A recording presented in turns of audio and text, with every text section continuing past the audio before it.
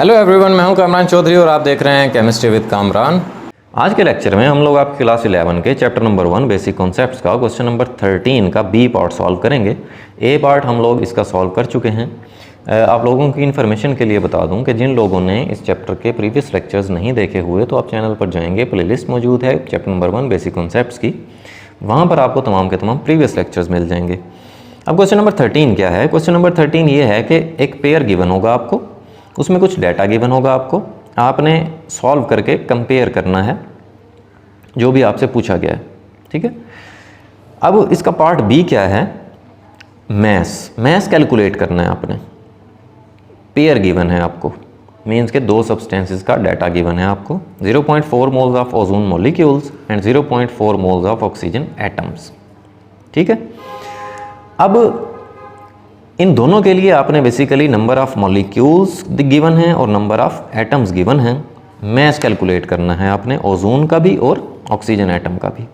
ठीक, अब आप देखें कि जब भी हमारे पास मोल्स या मैस की बात हो रही होती है तब हमारे माइंड में एक फार्मूला आता है नंबर ऑफ मोल्स का, कि जी number of moles is equal to given mass या mass of the substance divided by molar mass of the substance.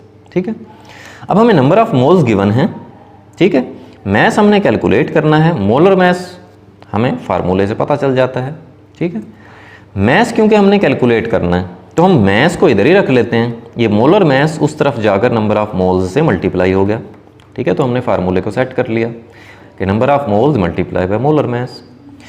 अब मोल्स तो आपको गिवन है 0.4 moles, molar mass of ozone O3 जिसका फार्मूला होता है वो कितना हो जाएगा? 48 ग्राम्स पर मोल, क्योंकि एक ऑक्सीजन एटम का मैस 16 होता है, तो 3 ऑक्सीजन के एटम्स होते हैं ओजोन में, तो 3 से मल्टीप्लाई करवा देंगे 16 को, तो 48 ग्राम्स पर मोल आ गया।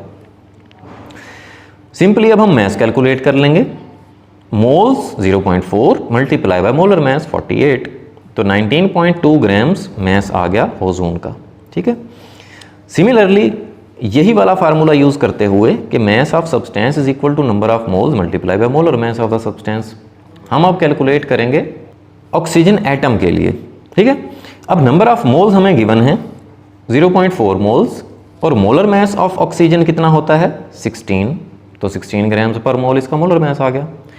फार्मूला लगाया, mass of the oxygen atom is equal to number of moles multiply by molar mass, 0.4 multiply by 16, तो 6.4 ग्राम आपके पास मैस आ गया।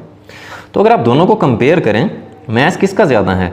ओजोन का ज़्यादा है, 19.2 ग्राम। ठीक है, तो आप लिख देंगे कि hence mass of 0.4 moles of ozone is greater than mass of 0.4 moles of oxygen atoms.